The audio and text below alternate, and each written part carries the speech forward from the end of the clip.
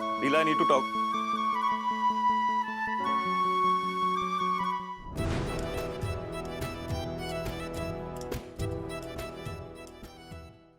निषेधाचं नवीन वर्जन, निषेध 2.0.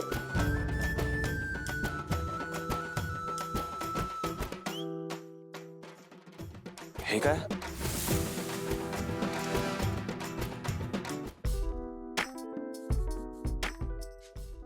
काय हे सगळं?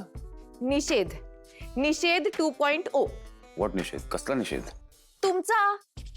जोपर्यंत तुम्ही मला प्रपोज करत नाही, म्हणजे मला हवं तसं प्रपोज करत नाही, तोपर्यंत मी तुम्हाला चेहराच दाखवणार नाही. त्याची काही गरज नाही. गरज कशी नाहीये? गरज आहे. नाहीतर काय, तुम्ही मला कधी सिरियसली घेणारच नाही. तुला सांगितलं ना, त्याची काही गरज नाहीये. अशी कशी गरज नाहीये? हा, हसताय काय? हा, हसताय जसं की मोठे मला प्रपोजच करणार आहेत. काय प्रपोज करणार आहेत मला?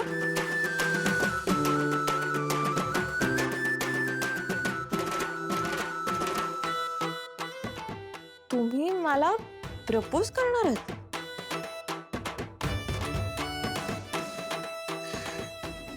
हो. तुम्ही खरंच मला प्रपोज करणार आहात? हो. म्हणजे तुम्ही तुमच्या तोंडाने असं बोलणार आहात की आय लव्ह यू लीला आणि प्रपोज करणार आहात? हो लीला.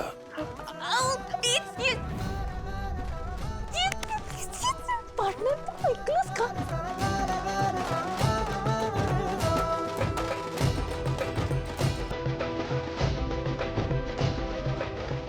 एजे,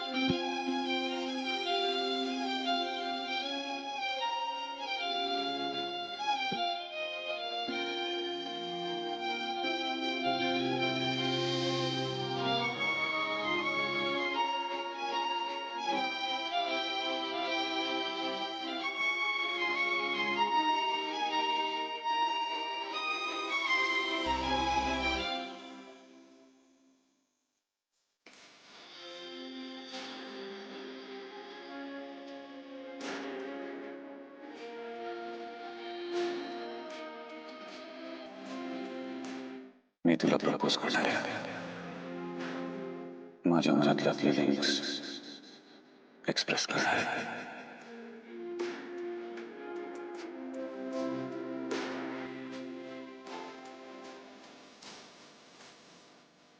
तुला हवं तसं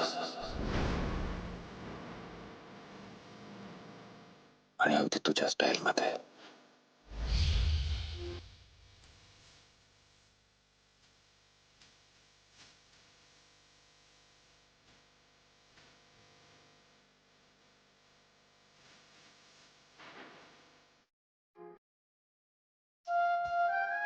बोल, कसं हवंय तुला प्रपोजल?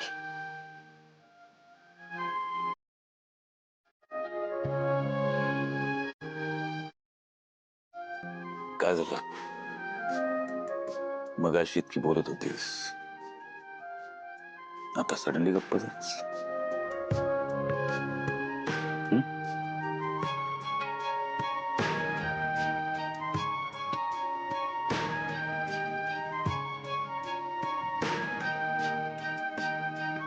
सांग, कसं हवंय तुला प्रपोजल? खरंच सांगू? एजे, मला ना असं एकदम एकदम फिल्मी स्टाईल मध्ये प्रपोजल हवे. Go ahead. ती फिल्म नाही का, दिल विल प्यार व्यार, त्यात जिमी शेरगिल ऋषिता भटसाठी लोकलच्या लेडीज कंपार्टमेंट मध्ये चढतो, तसं काहीतरी करा ना. रिअली? हो. आय मीन, आपल्याकडे चॉपर आहेत, गाड्या आहेत, तरी तुला ट्रेननी जायचंय आणि ते पण लेडीज कंपार्टमेंट. एजे, तुम्ही मला विचारलं होतात ना मला प्रपोजल कसं हवंय, मग तुम्ही तुमचं मत का देताय? नाही नाही बरोबर आहे, त्या दिवशी मी म्हटलं ना बोल बच्चन, फक्त बोल बच्चनच देता तुम्ही. जाऊ दे, मी कंटिन्यू करते निश्चित. Okay okay sorry sorry sorry, मी चुप राहणार, तू बोल. एजे, आपलं नातं कसं एकदम युनिक आहे ना, मग प्रपोजल पण असं एकदम युनिकच असायला हवं. मला सांगा, तुम्ही कधी ट्रेन मध्ये चढलात? नाही. तेच तर, मग लेडीज डब्याचा तर प्रश्नच येत नाही काय. आणि मग ही अशी गोष्ट असेल ना जी फक्त आणि फक्त तुम्ही माझ्यासाठीच करा, हो की नाही? आणि मला काय वाटतं माहितीये, प्रेमात तसंच असतं, इम्पॉसिबल वाटणाऱ्या गोष्टीच आपण करायच्या असतात. तुम्ही ना मला एका छान थंड प्रदेशात घेऊन जा, जिथे असा आजूबाजूला छान बर्फ असेल, आणि मग बर्फाच्या मधोमध मी आणि तुम्ही ना असा छान लॉंग कोट घातला असेल शाहरुख खान सारखा, आणि मी दीपिका सारखी शिफॉनची साडी. इजी, आणि मग आपण बर्फाच्या मध्ये उभे राहून ना छान रोमॅन्टिक डान्स करू. ते गेरुवामध्ये नाही का शाहरुख आणि काजल असे ते बर्फाच्या ग्लेशियरवर उभे असतात. इजी, मला पण तसंच त्या ग्लेशियरवर उभं राहून छान डान्स करायचंय.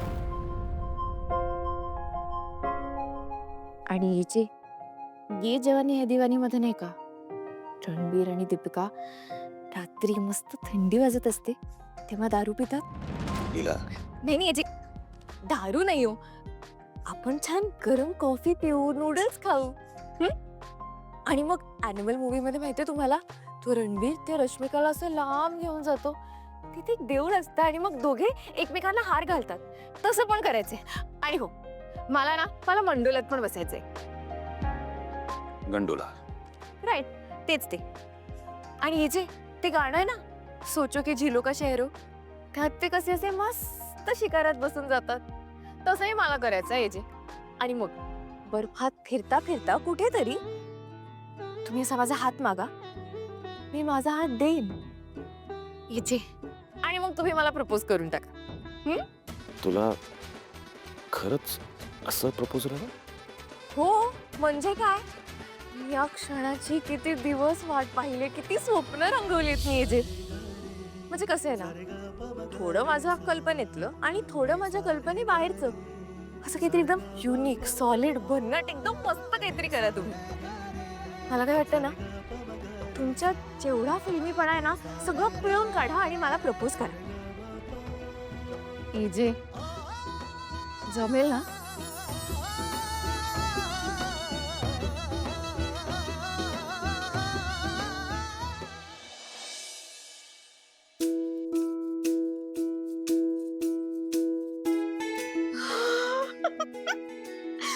काय रेव सुंदर दिसतीये बाई. समुद्र बघ, सरंग, किती वेळा फोटो बघितले, मनच भरत नाहीये माझं. ही बघ, नवीनच गाडी दिसतीये, रंग तर किती छान आहे. बाप्पा, बघतोयस ना माझी रेव किती सुखात नांदतीये, श्रीमंतीत लोळते अगदी. याचसाठी केला होता सगळा अट्टास. माझ्या रेवसाठी हेच तर स्वप्न बघितलं होतं मी. माझी रेव अगदी श्रीमंतीत लोळते, छान होतंय सगळं. पप्पा, अगं बाई, माझी रेव पहिल्यांदाच विमानाने गेली एवढ्या लांब.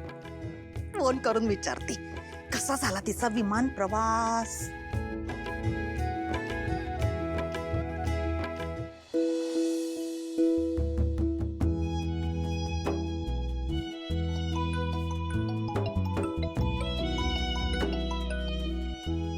हॅलो आई, बोल.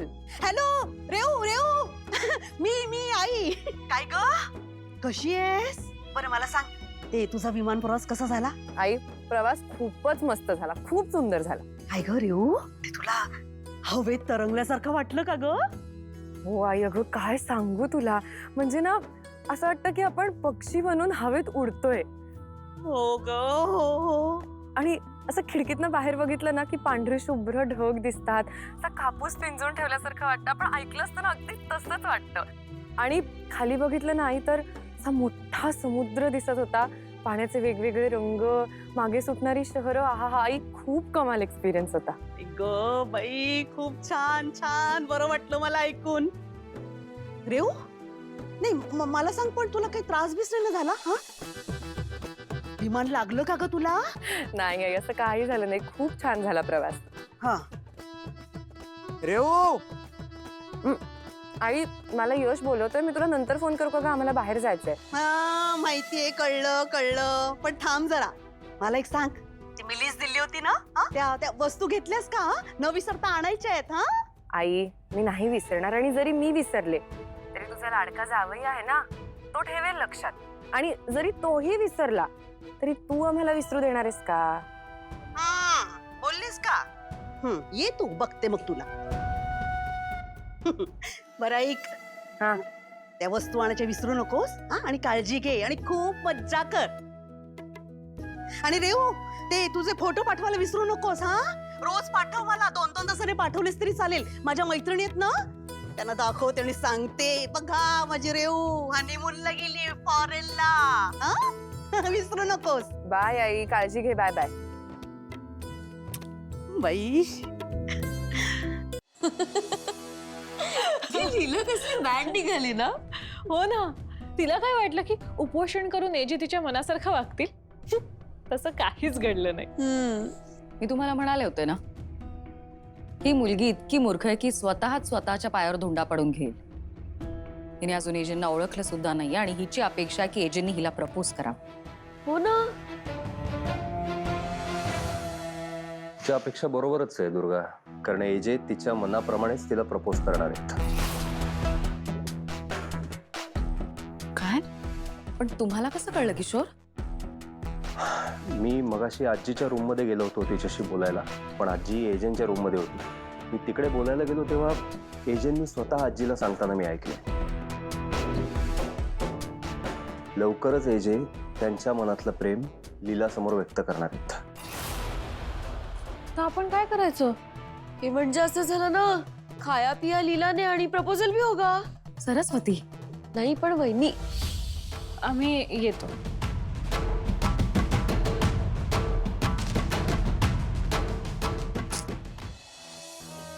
किशोर हे घडता कामा नये.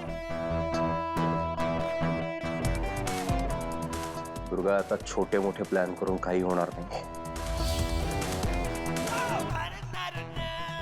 आता आपल्याला काहीतरी मोठा प्लॅन करावा लागेल, जेणेकरून हे प्रपोजलच रद्द होईल.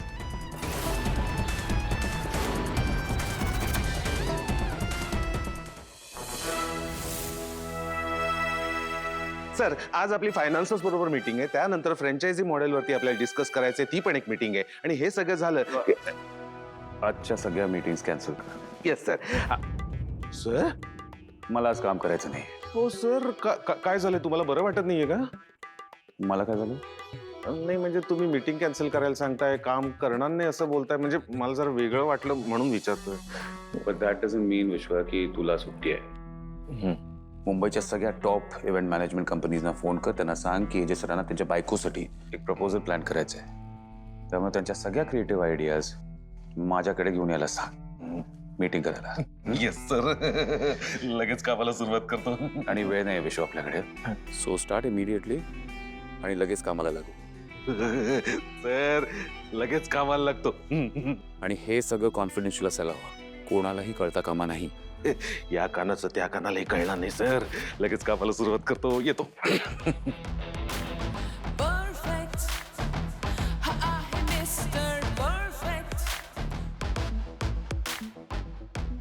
So, Mrs. Leela Abhiram Jagirdar, will you be my Valentine? मी सांगितलंय त्याच थीमवर तुमचं प्रेझेंटेशन असलं पाहिजे. एजंटच्या ग्रँड प्रपोजलचं कॉन्ट्रॅक्ट तुम्हालाच मिळालं हवं. ते सगळं ठीक आहे सर, तुम्ही माझी एवढी मदत का करताय? मदत तुझी करत असलो तरी काम माझं आहे. तसंही मी कोणाचं काम फुकटात करत नाही. हे जे जेवढे पैसे देईल ना, तेवढेच पैसे मी देईन तुला. काम काय आहे सर? काम खूप सोपं आहे. माझा एक माणूस तुझ्या टीममध्ये घुसवायचा तुझी माणसं तुझं काम करतील, माझी माणसं माझं काम करतील. आणि एकदा का काम झालं की माझ्या माणसाचा आणि तुझ्या माणसांचा काहीही संबंध येणार नाही. पण सर, ट्रस्ट मी, कुठेही अडकणार नाहीस तू.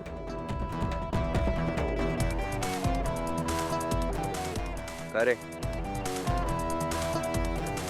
जमणार आहे ना? नसेल जमणार तर आत्ताच सांग. माझ्याकडे भरपूर कंपन्या आहेत आणि एवढ्याशा कामासाठी डबल पैसे कोण देणार रे? हे बघ, जिथे रिस्क असते तिथेच ग्रोथ आहे. हां ठीक आहे सर, मी तयार आहे. मी करेन तुमचं काम. हां, तुम्ही दुसऱ्या कोणाकडे जाऊ नका.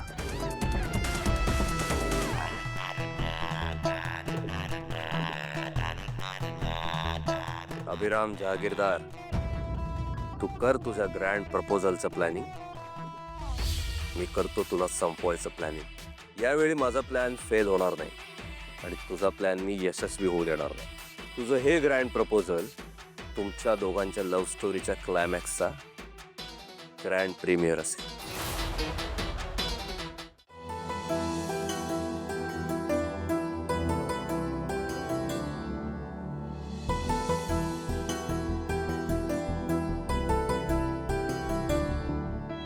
आय लव्ह यू इचे. मला माहिती आहे मी तुम्हाला खूप त्रास देते, तुमच्याकडे हट्ट करते, खूप वेडेपणा करते.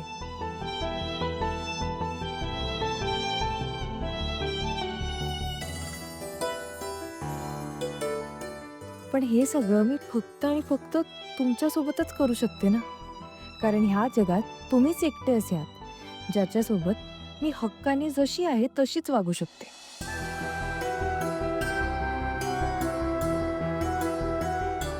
आणि तुम्ही पण माझा सगळा मॅडनेस सहन करता, त्याबद्दल एजे खूप खूप खूप थँक्यू. एजे, आता व्हॅलेंटाईन्स वीक सुरू झालाय. ह्या वीकमध्ये rose day, chocolate day, promise day असे वेगवेगळे डेज असतात. तुम्हाला हे सगळं माहीत नसेलच म्हणून आपलं सांगते. आता जे डेज होऊन गेलेत ते सगळे जाऊ दे, आपण ते आजच साजरी करूया. एजे, आज प्रॉमिस डे आहे, पण आज मी तुम्हाला कुठलंही प्रॉमिस देणार नाही, कारण तुम्हीच मला प्रपोज करण्याचं प्रॉमिस केलंय ना. आणि माझी खात्री की तुम्ही तुमचं प्रॉमिस नक्की पाळा. AJ, I am waiting for that day. लीला.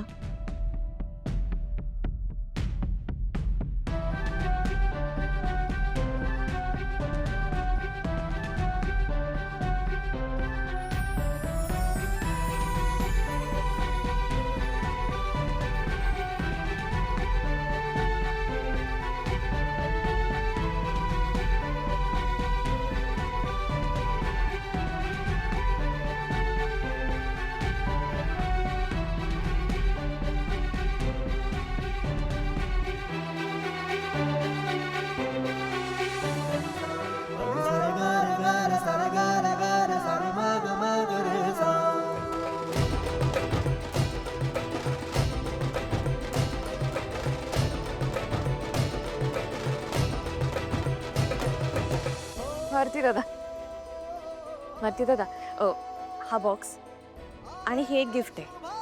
हे एजे सरांच्या केबिनमध्ये जाऊन ठेवा, पण तुम्ही स्वतः ठेवा, दुसऱ्या कोणाला देऊ नका. हो मॅम. Okay, thank you.